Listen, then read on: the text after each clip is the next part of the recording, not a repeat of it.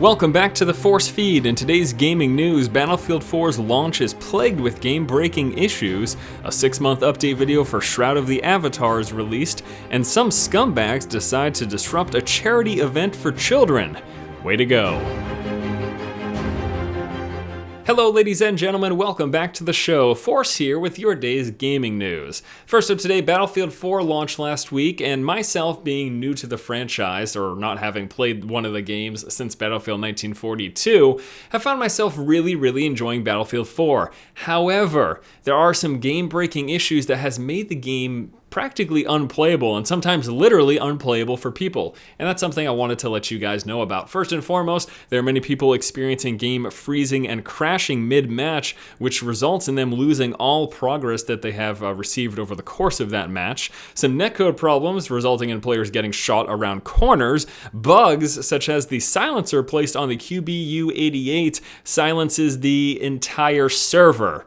Not just the gun, but the entire server. Very strange bug, unfortunate issues, crashes, freezing, netcode problems. Battlefield 4, while I enjoy the gameplay, is not without its problems. Now, those things that I just mentioned, I myself really haven't experienced many of those. The only thing I would say is, over the past 8 to 10 hours of me playing the game, I think I've had maybe 1 or 2 game crashes, and yes, I did lose my progress from that match, unfortunately enough. It wasn't stored mid-match or anything along those lines. So while I put up a video this weekend saying, hey, I'm having a lot of fun with the game, I just thought a word of warning was necessary to let people know if you're thinking about purchasing Battlefield 4, you may want to wait until some of these issues get ironed out. Next up in news, we've got a 6-month progress video for Shroud of the Avatar. This is an upcoming fantasy RPG that focuses more on character development and exploration than it does on level grinding. Now, the game was funded via Kickstarter earlier this year in April, at which point they raised nearly $2 million, and it's being developed by Richard Garriott, also known as Lord British, the creator of the Ultima series, along with his development team at Portalarium. And now the video is about 25 minutes in length. In it, they show off the towns of Kingsport and Owl's Head, as well as going over some of the functionality in the game, such as player homes, crafting, and an early look at the combat system. Now, first look at this game, at this video.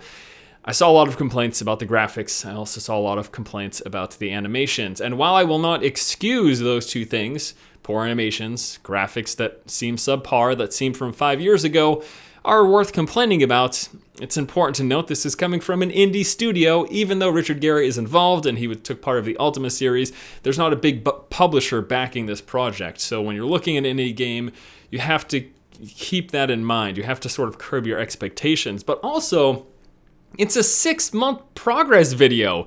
I don't know what you guys think, but games of the scale that this game is going to be take a couple of years to make. So a 6-month progress video is not necessarily a solid indication as to how the final product would look. With that said though, overall graphically, it's probably going to be about the same, maybe with some more better lighting and shadows, but I expect the textures to be about what they are right now. I mean, do they really make multiple passes of textures? Do they really spend that time? I'm not sure. I'm not a game developer. But yeah, graphically, animation-wise, the game doesn't look that good, but the game itself looks good, if you know what I'm trying to say. I like the concepts behind the game. I like the ideas behind the game. This is an early development video, so criticism of those things that may potentially change aside, I'm still looking forward to this project and looking forward to seeing how it progresses. The game will be launching in late 2014, and I believe early access will begin for people who funded the Kickstarter sometime later this year. I think it's supposed to start in late 2013. I'm hitting my paperwork over here. That's no good. All right, and last up in news today, I want to let you guys know about something that really pissed me off. And I know you guys don't hear me say this very often, but there was a DDoS attack against the Extra Life fundraising event that was taking place over the course of this weekend. Now, if you don't know, Extra Life is a fundraising effort that donates to the Children's Miracle Network. And throughout this past weekend, there were a bunch of video game marathons from popular people on the internet and various gaming websites in which they were trying to raise money for children's charity.